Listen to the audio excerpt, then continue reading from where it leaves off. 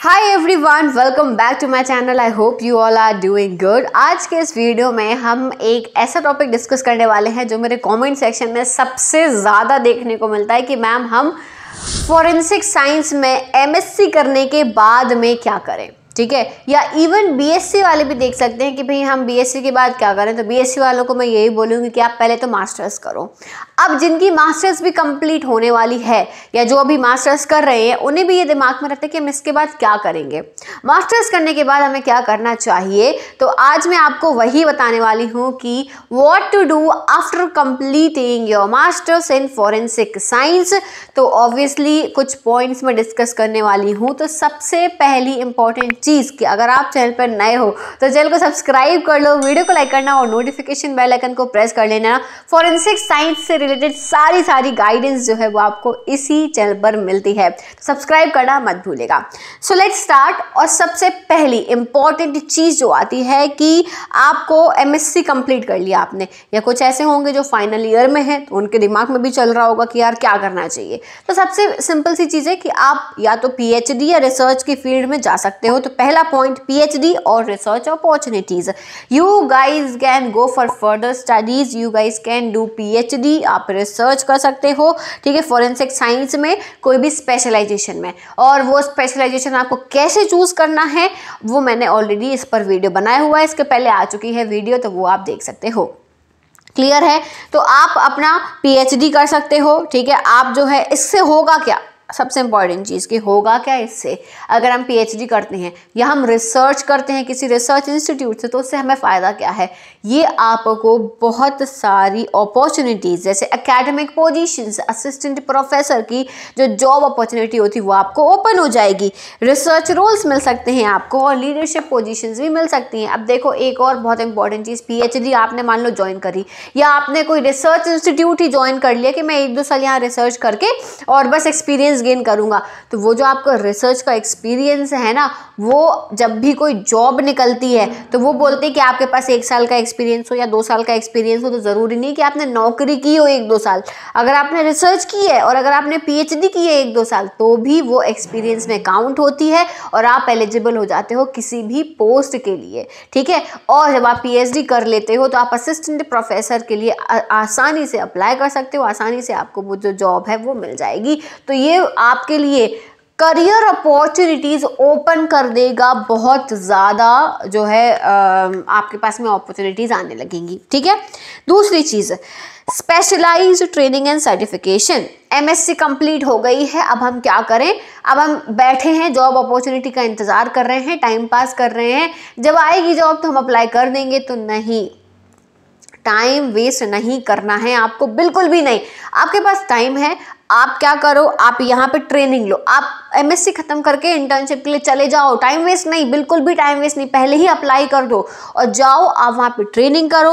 आप साथ ही साथ में सर्टिफिकेशंस कर सकते हो। बहुत सारे अलग अलग डिविजन्स होते हैं, डीएनए होता है, toxicology, chemistry, biology, question document, fingerprint, ballistic, इतने सारे डिविजन्स होते हैं। आपको जिस भी डिवीजन में करनी है जाके आप वहाँ पे इंटर्नशिप करो, ट्रेनिंग करो, which is very important part of your education, ठीक है। एजुकेशन का ही ये पार्ट है इंटर्नशिप, क्योंकि उससे आपको बहुत कुछ सीखने को मिलता है, ठीक है। तो ये आपका एनहेंस करेंगे, स्किल्स को एनहेंस करेंगे, आपका जो प्रैक्टिकल एक्सपोजर है वो आपको वहाँ पे मिलेगा। तो इंटर्नशिप्स करो, सर्टिफिकेट्स करो, बहुत इंपॉर्टेंट है। आप अलग से, ठीक है, ये तो हो गई इंटर्नशिप, लेकिन सर्टिफिकेशंस होते हैं। आप जिस भी फील्ड में जा रहे हो, जो भी आपका स्पेशलाइजेशन है, जिस भी फील्ड में आपने किया है, आगे बढ़ना है, तो आप अपने सर्टिफिकेशन साथ में ज़रूर करना, ठीक है।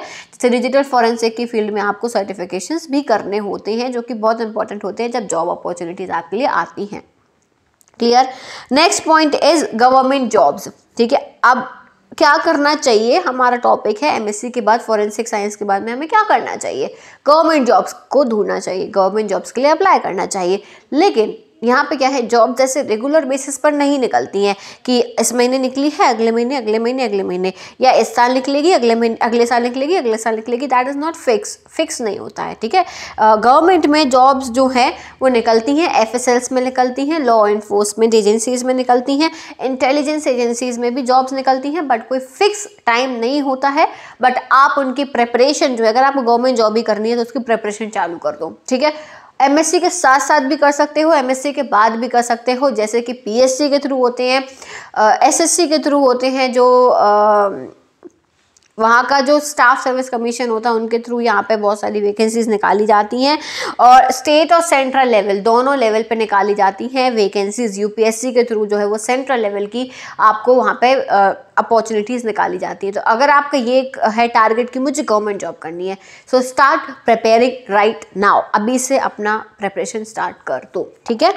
नेक्स्ट पॉइंट, आपके पास प्राइवेट सेक्टर है, प्राइवेट सेक्टर एम्प्लॉयमेंट भी आपको बहुत इजीली मिल जाएगा, ठीक है।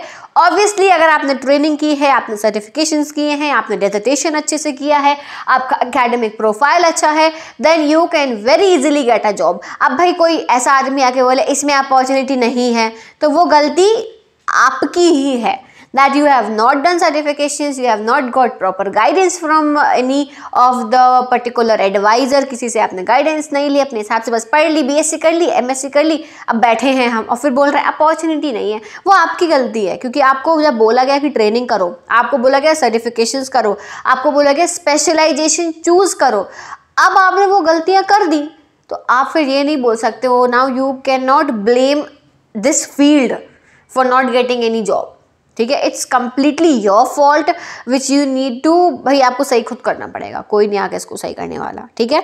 तो प्राइवेट सेक्टर में एम्प्लॉयमेंट है, प्राइवेट लैब्स हैं, रिसर्च इंस्टीट्यूट्स हैं, कंपनीज हैं जो स्पेशलाइज्ड हैं फॉरेंसिक टेक्नोलॉजी में, जो आपको कई सारी जॉब अपॉर्चुनिटीज़ प्रोवाइड करती हैं, ठीक है। प्राइवेट कंपनीज मिल जाएंगी आपको, जैसे कि consulting, technology and pharmaceutical companies भी लेती हैं, जैसे इंश्योरेंस कंपनीज, भाई जैसे टाटा हो गया, तो ये इंश्योरेंस कंपनीज को फॉरेंसिक एक्सपर्ट्स चाहिए होते हैं, तो वो टाइम टू टाइम अपनी वैकेंसीज निकालते रहते हैं। आप बिना वैकेंसी के भी अप्लाई कर दो, मेल कर दो, डाल दो प्राइवेट कंपनीज में, यू नेवर नो कि उन्हें आपकी प्रोफाइल अच्छी लग जाए और वो आपको सिलेक्ट कर ले, इंटरव्यू के लिए बुला ले। तो भाई प्राइवेट कंपनीज इतनी ढेरों कंपनीज हैं जिन्हें फॉरेंसिक एक्सपर्ट्स की ज़रूरत है। एडवोकेट्स के पास चले जाओ, जो वकील होते हैं वो रखते हैं अपने पास में एक पर्टिकुलर उनका फॉरेंसिक एक्सपर्ट, क्योंकि एडवोकेट्स को जो है नॉलेज नहीं होता है फॉरेंसिक का इतना ज़्यादा, ठीक है। उन्हें जनरल नॉलेज होता है, बहुत ज़्यादा नहीं होता है। फॉर डीप नॉलेज उनको एक एक्सपर्ट की ज़रूरत होती है, तो आप उनके साथ में लग जाओ, तो बहुत जॉब अपॉर्चुनिटीज़ हैं। ऐसा कुछ नहीं है कि जॉब अपॉर्चुनिटीज़ नहीं है, ठीक है। आपको खोजना पड़ेगा, आपको मेहनत करनी पड़ेगी, घर बैठे खाते खाते दाल चावल नहीं मिलेगा कुछ भी। Is that clear? Fifth point is teaching positions में भी आप जा सकते हो। यूनिवर्सिटीज़ होती है, प्राइवेट यूनिवर्सिटीज़, गवर्नमेंट यूनिवर्सिटीज़ तो जो है पीएचडी मांगती हैं, नेट मांगती हैं, एक्सपीरियंस मांगती हैं, तो कई प्राइवेट यूनिवर्सिटीज़ में ये सब नहीं मांगा जाता है। बट हाँ, अगर आपका यूजीसी नेट सिर्फ क्वालिफाइड है तो आपको बहुत सारी अपॉर्चुनिटी खुल गई, प्राइवेट में भी खुल गई, गवर्नमेंट में भी खुल गई, ठीक है। या फिर कुछ जो ट्रेनिंग इंस्टीट्यूट्स होते हैं, फॉरेंसिक साइंस ट्रेनिंग इंस्टीट्यूट्स होते हैं, उनमें भी आप टीचिंग की पोजीशन के लिए अप्लाई कर सकते हो। You can become professor, assistant professor, या आप जो है एक टीचर की पोजीशन वहाँ पे ले सकते हो, ठीक है। Sixth, internship and practical experience. MSc करने के बाद में जो मैं हमेशा से बोलती आई हूँ, ट्रेनिंग करो, इंटर्नशिप्स करो, क्योंकि प्रैक्टिकल एक्सपोजर बहुत ज़रूरी है, आपको एक्सपीरियंस मिलेगा जो कि सबसे ज़्यादा इंपॉर्टेंट होता है। And the second last point, international opportunities. अब कई बच्चों का ये दिमाग में क्वेश्चन चलता है कि हमने एमएससी कर ली, तो क्या हम पीएचडी अब्रॉड से कर लें, फॉरेन से कर लें, तो क्या हम कर सकते हैं? Yes, you can do it, और बहुत अच्छी चीज़ है। कई लोग ऐसा करते हैं कि आप फॉरेन जाके अपना जो है रिसर्च, अपनी पीएचडी करो, उससे आपको काफ़ी अच्छा एक्सपोजर मिलता है, काफ़ी चीज़ें सीखने को मिलती हैं। So if you are financially capable, if you can go easily, और आपको लगता है कि हाँ मैं जा सकता हूँ, तो थोड़ा सा इस पर रिसर्च करो कि कैसे जाना होता है, कौन कौन से एग्जाम्स क्लियर करने होते हैं, प्रिपरेशन करो एमएससी के बाद में, and you can directly apply, और आप जाके फॉरेन में अपनी जो है पीएचडी कर सकते हो, ठीक है। और last point, continuous learning. Forensic science ऐसी फील्ड है कि आप ये नहीं कह सकते हो कि मैं एक्सपर्ट हूँ, I know everything about this field, you never know. कभी भी कंप्लीट नॉलेज आपको नहीं मिल सकता है, बहुत वास्ट फील्ड है, बहुत सारी चीज़ें लर्न करने की होती हैं। तो आपको क्या करना है, आपको अपनी लर्निंग को कभी नहीं रोकना है, ठीक है, हमेशा कुछ ना कुछ जो नया अपॉर्चुनिटी आ रहा है, वर्कशॉप्स होती हैं उनको ज्वाइन करो, वर्कशॉप्स में जाके आप वहाँ पे अपनी पढ़ाई करो, ठीक है, ऑनलाइन कोर्सेज लो, अलग अलग फील्ड का नॉलेज लो, ऑनलाइन कोर्सेज लो, कॉन्फ्रेंसेज अटेंड करो, बहुत सारी चीज़ें सीखने को मिलती हैं कॉन्फ्रेंसेज में, सेमिनार्स लो, जिससे कि आपका, इससे देखो एक फ़ायदा तो ये है कि आपको चीज़ें सीखने मिल रही हैं, आपका जो नॉलेज का घड़ा है वो भरता जा रहा है और वो कभी फुल नहीं हो सकता, ध्यान रखना, कभी फुल नहीं हो सकता वो आपका जो नॉलेज का घड़ा है।